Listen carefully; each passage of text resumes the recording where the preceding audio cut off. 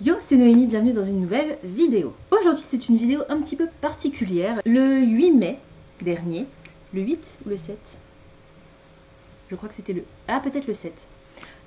J'ai fêté mon 7e anniversaire sur YouTube. Yo, bienvenue sur ma chaîne. Ça remonte à loin maintenant. Ça fait 7 ans que je suis là et ça fait 7 ans que certains d'entre vous me suivent. Merci pour votre fidélité. On va pas forcément revenir en arrière sur ces 7 années, mais je vais vous présenter mes 10 romans préférés depuis les 7 années où je suis sur Booktube. Il va y avoir un petit peu de triche, oui et non. J'ai décidé de vous faire ça par genre, un roman par genre, à l'exception de mon genre préféré, parce que je ne pouvais pas choisir. Donc mon genre préféré aura 3 titres, mais sinon les autres en ont un seul. J'ai décidé de ne vous présenter qu'un titre par auteur, donc il n'y aura pas 2 fois le même auteur dans cette vidéo. Et j'ai décidé de me concentrer exclusivement sur des livres que j'ai lus depuis que je suis présente sur Booktube. Donc techniquement pour lesquels vous devriez retrouver mon avis en vidéo. Et je vous mettrai systématiquement, si je la retrouve, le lien vers la vidéo dans laquelle je parle de ces livres en barre d'infos. C'est une vidéo qui m'a été soufflée par Mathilde, donc merci à Mathilde qui m'a proposé de faire mon top 10 par genre.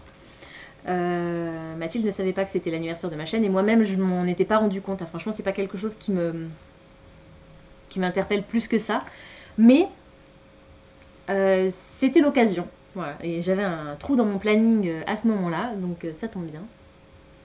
C'était la semaine dernière, je crois, du coup, l'anniversaire, puisqu'on est le 13. Aujourd'hui, vous verrez cette vidéo le 16.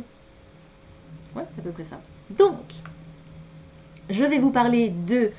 alors, j'ai pas noté les dates à chaque fois, mais je vais vous présenter un roman de science-fiction, un roman fantastique, un polar, un contemporain, un classique, un graphique, une romance et 3 romans de fantasy. Les 10 romans que je vais vous présenter aujourd'hui, vous en avez déjà entendu parler forcément au moins une fois sur ma chaîne, surtout si vous êtes là depuis le début. Ce sont tous des coups de cœur pour moi. Je vais pas dire à divers niveaux, mais pour différentes raisons. Mais ça a tous été des gros coups de cœur. Donc j'ai très hâte de revenir un petit peu sur ces histoires et de vous en faire la promotion une fois encore. On va commencer par la SF, parce que c'est un des genres que je lis le moins.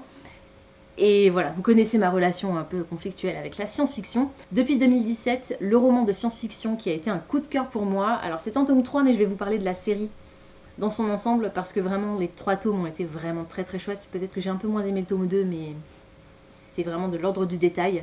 C'est la série Red Rising de Pierce Brown. On est dans un univers où la Terre est en train de mourir et où les terriens, les humains, sont dispersés, répartis dans différentes planètes du système solaire. Il y a Mars qui est habité, comme dit, plusieurs planètes sont habitées, et la société est organisée selon un principe de couleur, avec les rouges tout en bas et les ors tout en haut.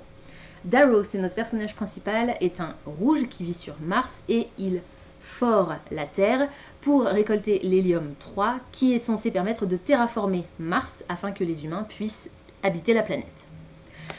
Seulement un beau jour, suite au sacrifice de sa femme, il va comprendre que Mars est terraformé depuis bien longtemps et qu'en réalité son peuple, les rouges, sont réduits en esclavage par le reste de la société.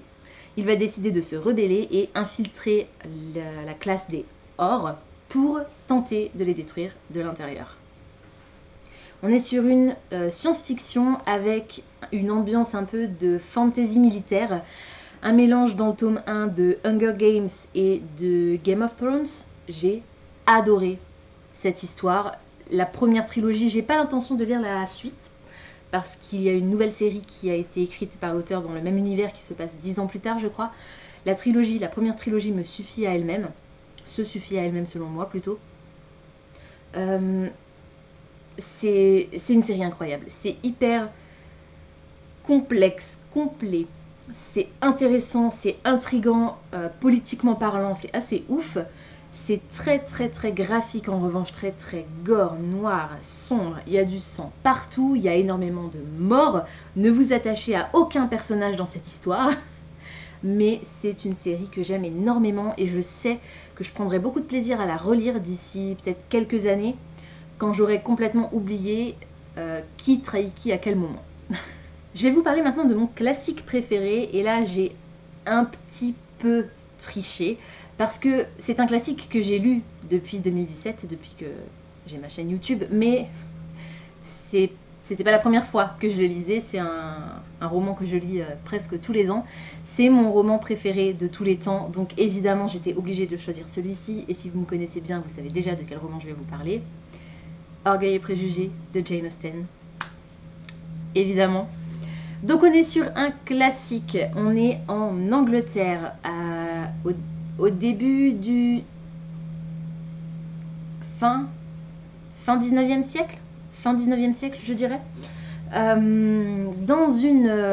un village, dans une village, dans lequel vit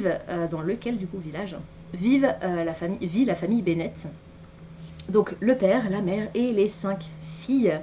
La mère, maman Bennet, a pour unique but dans la vie de bien marier ses filles. En fait, d'après les lois de l'époque, la demeure familiale ne peut revenir qu'à un homme.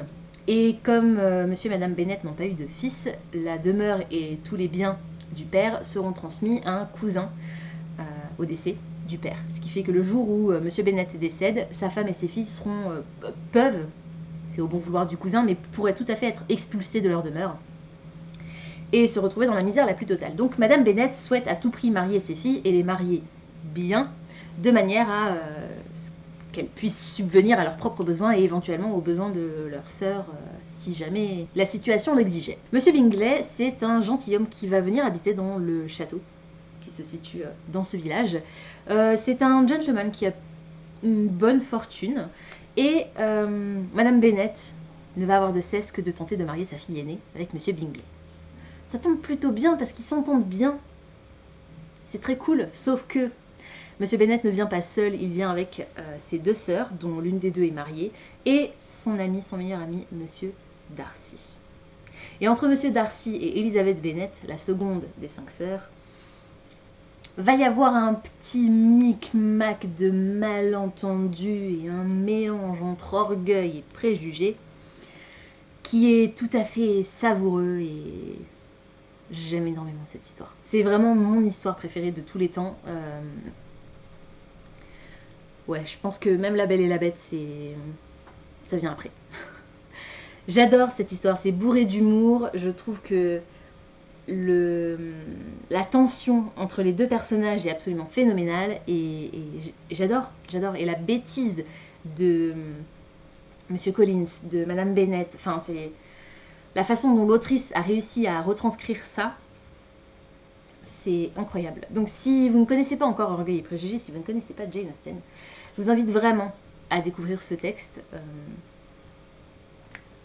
Faites-le, c'est trop bien. Je vais vous parler maintenant d'une lecture graphique, et je ne crois pas que je vous en ai déjà parlé sur la chaîne, parce que c'est un... Alors la raison pour laquelle je vous en parle, c'est parce qu'il a désormais depuis quelques années été publié de manière traditionnelle, mais à l'origine c'est un webtoon, et je pense que vous allez me voir venir. Je vais vous parler de Lord Olympus, de Rachel Smythe, donc qui était à l'origine et qui est toujours publié sur Webtoon. On est à l'épisode 277. L'épisode 277 est paru dimanche, donc hier. Et le tout dernier épisode de cette histoire sera l'épisode 280. Donc il me reste encore 3 semaines, et dans 3 semaines, j'aurai terminé complètement Lord Olympus, puisque je suis la version originale sur Webtoon Angleterre et pas Webtoon France. C'est une application qui est entièrement gratuite et sur laquelle vous pouvez suivre des mangas, du comics, ce genre de choses, des webcomics quoi, tout simplement. Donc je vous invite vraiment à faire un petit tour sur cette application qui est plutôt sympa. Lord Olympus, c'est une réécriture moderne et contemporaine de l'histoire d'amour entre Hadès et Perséphone. On va parler de mythologie grecque, on va avoir tous les dieux qu'on va retrouver dans cette histoire, toutes les thématiques que cela peut engendrer, que ce soit le harcèlement, le viol, la maltraitance, donc des thématiques vraiment très très dures, la dépression, Je vous invite à checker les trigger warnings si vous êtes intéressé par cette histoire, parce qu'il y en a vraiment beaucoup, mais je trouve que c'est fait avec tellement de bienveillance et d'attention de la part de l'autrice, c'est assez incroyable. Les dessins sont absolument phénoménaux, j'adore les couleurs, c'est très particulier parce qu'on a ces personnages qui sont extrêmement colorés, et j'adore, je trouve que c'est une très très bonne façon de les représenter. Je sais pas pourquoi, mais j'aime énormément. Le tome 5 est paru en France, je crois que le tome 6 vient de paraître ou va paraître très bientôt. Alors par contre, je ne saurais pas vous dire à quel chapitre ça correspond, à quel chapitre le tome 6 s'arrête par exemple. Donc je ne sais pas combien il y aura de tomes ensuite après le tome 6. Il devrait y en avoir encore au moins un, puisque là il va paraître et l'histoire n'est pas terminée, donc il devrait y avoir au moins un tome 7.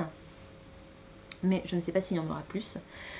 J'adore cette histoire. On va faire la rencontre de Perséphone, qui est la déesse du printemps, et qui débarque à l'Olympe. C'est la première fois qu'elle vient au mont Olympe. Jusqu'à présent, elle était au royaume des mortels. Et elle va taper dans l'œil de Hadès, le dieu des enfers, entre autres. Et une relation va commencer à naître un petit peu entre eux. On va avoir les points de vue,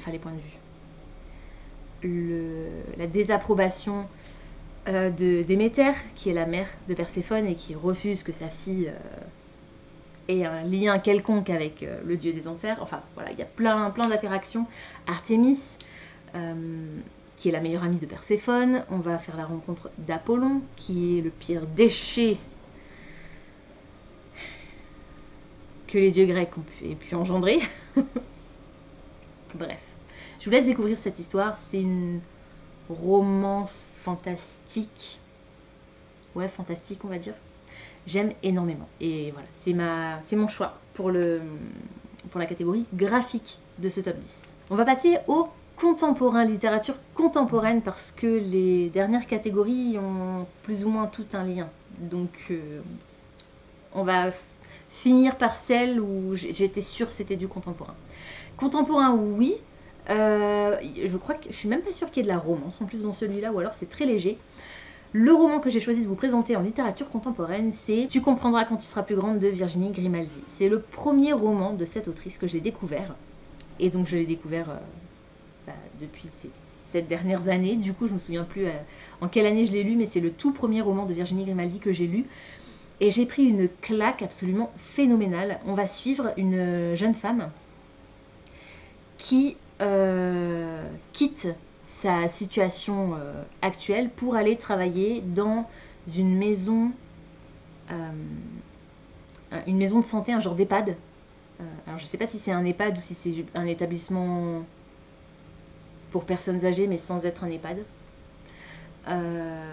Parce qu'elle est... Alors je crois pas qu'elle soit infirmière, mais peut-être psychologue, quelque chose comme ça. Je sais plus trop. Ça fait trop longtemps que je l'ai lu, faudrait que je le relise. Et donc on va suivre un petit peu ses aventures, son quotidien avec ces personnes âgées, tout ce que ça peut engendrer de tristesse, de tendresse, de difficulté, d'amour. C'était une histoire vraiment incroyable avec, comme Virginie Grimaldi sait si bien les faire, un plot twist que je n'ai pas vu venir du tout et que j'ai adoré. Donc je pense que j'apprécierais vraiment énormément de le relire, sachant comment ça se termine. Parce que là, à l'heure actuelle, je me souviens comment ça se termine. Je me souviens ce que c'était, ce plot twist. Mais je me souviens plus vraiment de ce qui se passe d'autre dans l'histoire. Donc, je serais curieuse de le relire rien que pour redécouvrir un petit peu ce récit. Je vous ai présenté celui-ci, mais globalement, chaque fois que je lis un roman de Virginie Grimaldi, c'est toujours bourré d'émotions. Donc, c'est celui-ci que j'ai sélectionné pour mon top 10. Mais vraiment, vous pouvez lire n'importe quel roman de cette autrice. Les yeux fermés. Les yeux fermés, ça va être compliqué de lire, mais sauf si vous avez la version audio. Mais bref, vous avez compris ce que je voulais dire.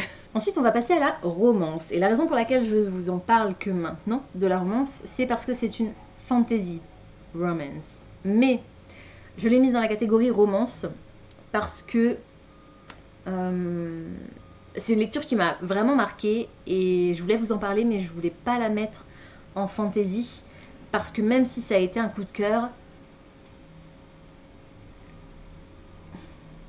je crois qu'il n'y a rien qui pourra jamais détrôner en fantasy les 3 que je vais vous citer là. Parce que pour le coup, les 3 que je vais vous citer là, c'est vraiment, je crois, mes 3 romans de fantasy préférés de tous les temps. Donc, le roman que j'ai choisi pour la romance, c'est Enchantment of Ravens de Margaret Rogerson. C'est l'histoire d'une jeune fille qui vit dans un monde où les faées existent et elle est peintre. Elle va peindre le portrait d'un grand faé, d'un seigneur faé. Seulement, elle va faire une boulette, elle va peindre le chagrin dans ses yeux et il est bien connu que les faés ne peuvent pas éprouver d'émotions humaines. C'est contre nature pour eux, c'est dégradant. Donc, il va décider de l'emmener dans son royaume pour qu'elle soit jugée et punie. Donc, il va l'embarquer. Et la raison pour laquelle ce récit m'a marquée, c'est parce que je pense que ça a été un petit peu une de mes premières incursions dans ce qu'on appelle le earthy gothic, donc le côté cracra, graphique, mais en lien avec la terre. La forêt, les champignons, la mousse, les insectes qui grouillent, enfin vous voyez ce genre d'horreur. Et j'ai adoré, c'était vraiment chouette. J'ai beaucoup aimé la romance, évidemment, sinon je l'aurais pas mis non plus dans la catégorie romance, il faut minimum qu'il y ait de la romance. Donc ouais, c'était vraiment très très très chouette, j'ai adoré cette histoire. Je me souviens que c'était bien écrit, c'est un récit qui est plutôt court et les visuels que j'ai pu en voir sont absolument incroyables. Donc pareil, je vous le conseille de tout cœur. Je passe au polar. Pour le polar, là encore, petit twist parce qu'il s'agit en réalité d'un polar fantastique. Et je vais vous parler évidemment, alors j'aurais pu vous parler des détectives du Yorkshire, mais je crois pas que j'ai eu de coup de cœur.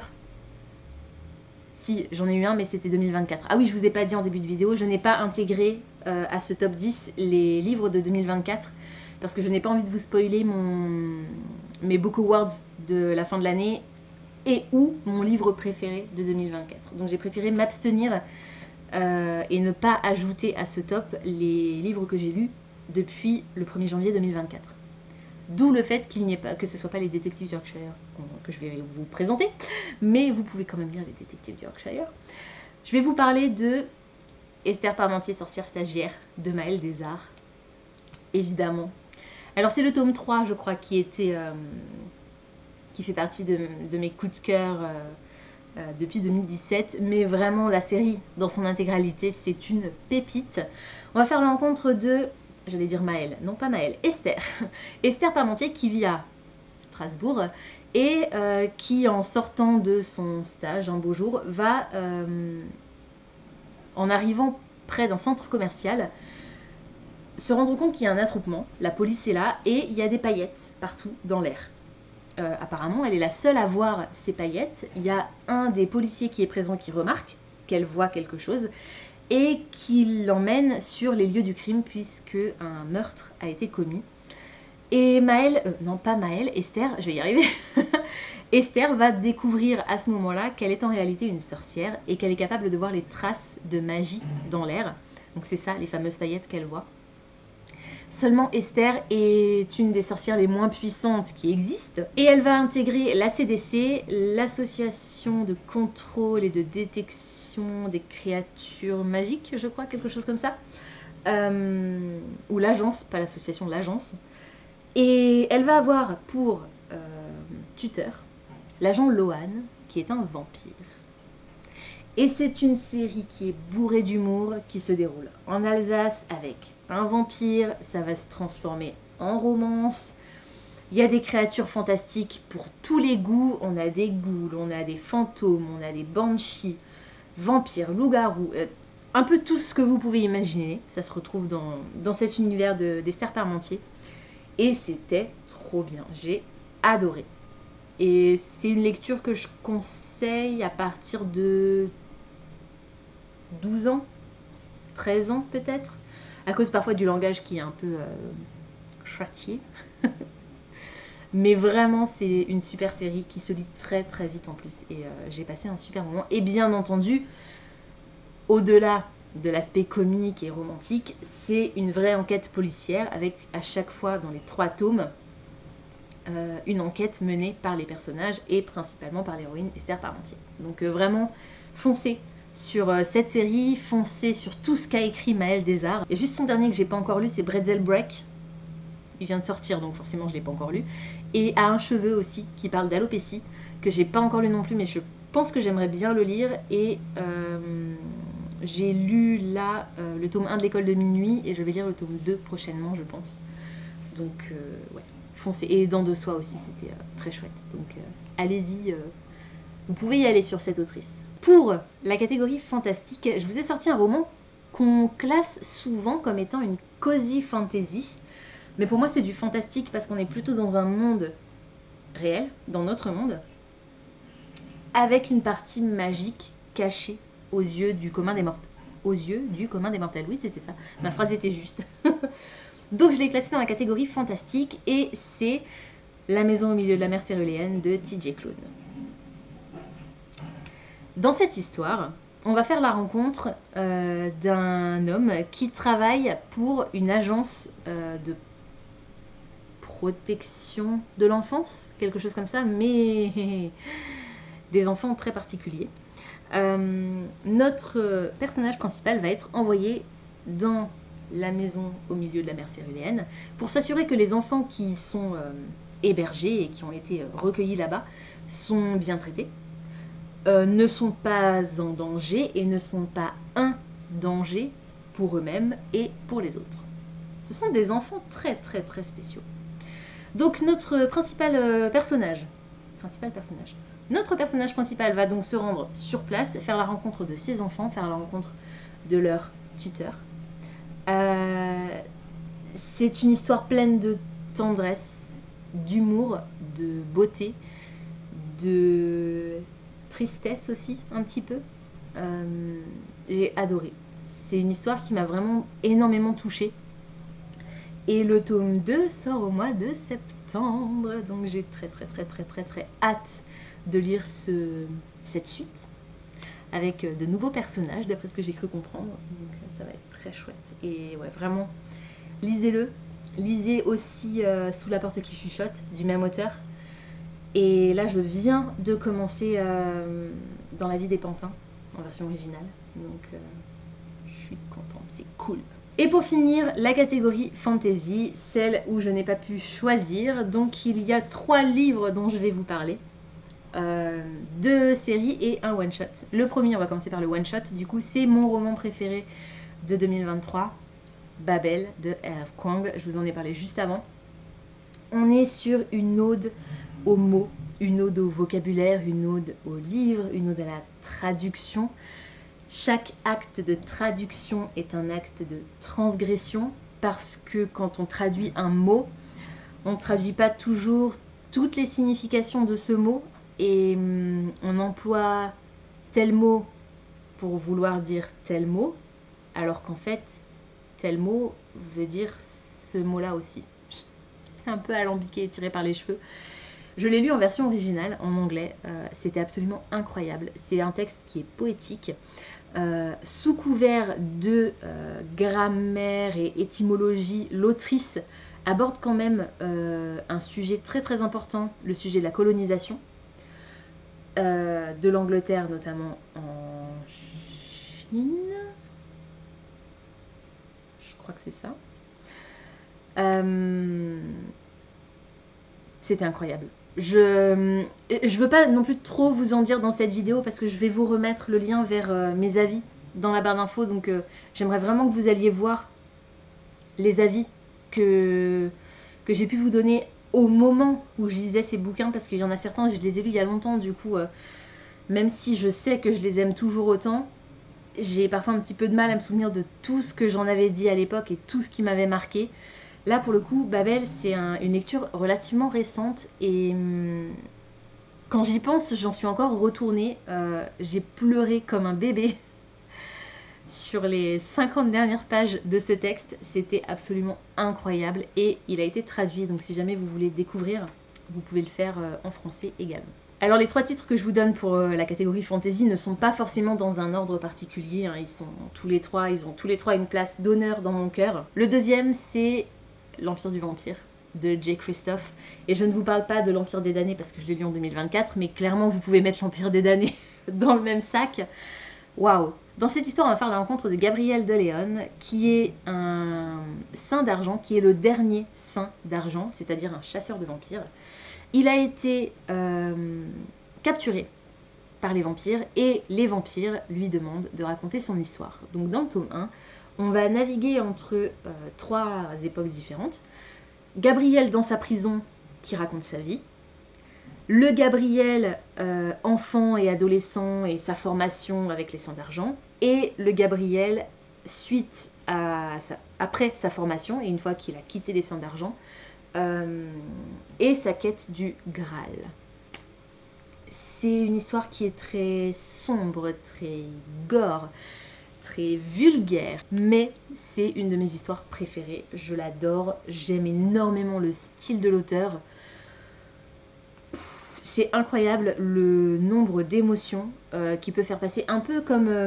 alors, je ne veux pas comparer les deux parce que leur style et le type d'histoire qu'ils écrivent n'ont absolument rien à voir l'un avec l'autre, mais en termes de... je peux te faire passer du rire aux larmes en 2 secondes. Jay Kristoff et Virginie Grimaldi, Sophie Jomain aussi un petit peu entre les deux là. Voilà, donc c'est un auteur que j'aime énormément et cette série me tue à petit feu. Je ne sais pas quand on aura le tome 3, mais j'en ai besoin maintenant. C'est incroyable, c'est une saga absolument extraordinaire que je vous conseille si vous aimez la fantasy classique, dure, difficile, avec des personnages hyper riches. Des ambiances, des paysages, enfin vraiment il y a tout, dans cette série il y a tout, c'est une tuerie au sens propre comme au sens figuré. Et le dernier roman dont je vais vous parler dans cette vidéo, comment pourrais-je vous parler de mes top 10 depuis ces 7 dernières années sans évoquer mon petit chouchou Chevauche-Brume de Thibault Latil-Nicolas. Cocorico, c'est une série de fantasy française, une trilogie absolument phénoménal. J'ai beaucoup utilisé ce mot dans cette vidéo, j'ai l'impression. L'auteur a une plume parfaite. Je trouve qu'on est proche du niveau de Tolkien, et je sais que je l'ai déjà dit plusieurs fois et je le redis à chaque fois. Dans cette histoire, on va faire la rencontre d'un groupe de chevaliers du roi qui sont envoyés pour tenter de comprendre la brume qui recouvre une partie du royaume et qui abrite des créatures monstrueuses qui détruisent tout et qui bouffent tout le monde sur leur passage. On les appelle donc les Chevauche-Brume, ce sont des chevaliers partis explorer la brume. Ce terme cependant ne leur sera attribué qu'à la fin du tome 1, parce qu'au départ, ils y vont vraiment juste pour essayer de comprendre ce qui se passe. Et c'est une histoire donc en 3 volumes. Là encore, ne vous attachez pas aux personnages. C'est de la fantaisie. L'auteur n'a pas peur d'en sacrifier quelques-uns. C'était incroyable. C'est une série que j'ai très hâte de relire là encore d'ici peut-être quelques années. Lire les 3 à la suite. Elle est incroyable. Cette histoire est incroyable. C'est bourré d'amitié, d'humour, d'horreur là encore. On a vraiment des scènes absolument atroces. C'est très cinématographique et en même temps c'est très poétique. Donc ouais, c'est là aussi une série que je vous conseille. Et pour l'instant, l'auteur n'a rien écrit d'autre. Mais je surveille très assidûment son compte Instagram, sur lequel il n'est pas très actif. Mais je me dis que le jour où il reprendra la plume, peut-être qu'il le partagera avec ses lecteurs. J'espère. Voilà, c'est tout pour aujourd'hui. J'espère que cette vidéo vous aura plu. Comme d'habitude, n'hésitez pas à me dire dans les commentaires si certains des titres que je vous ai présentés aujourd'hui vous intéressent, si vous les avez déjà lus et surtout ce que vous en avez pensé. N'hésitez pas également à me faire votre top 10 si vous y arrivez, sinon votre top 3, top 5 de vos meilleures lectures sur les 7, allez, 10 dernières années. Pensez à vous abonner à la chaîne, à liker et à partager cette vidéo, ça me fera toujours plaisir. Pensez également à activer la petite cloche des notifications qui vous permettra de savoir quand je poste du nouveau contenu. En attendant de vous retrouver, je vous souhaite d'excellentes lectures et je vous dis à très bientôt dans une prochaine vidéo. Ciao!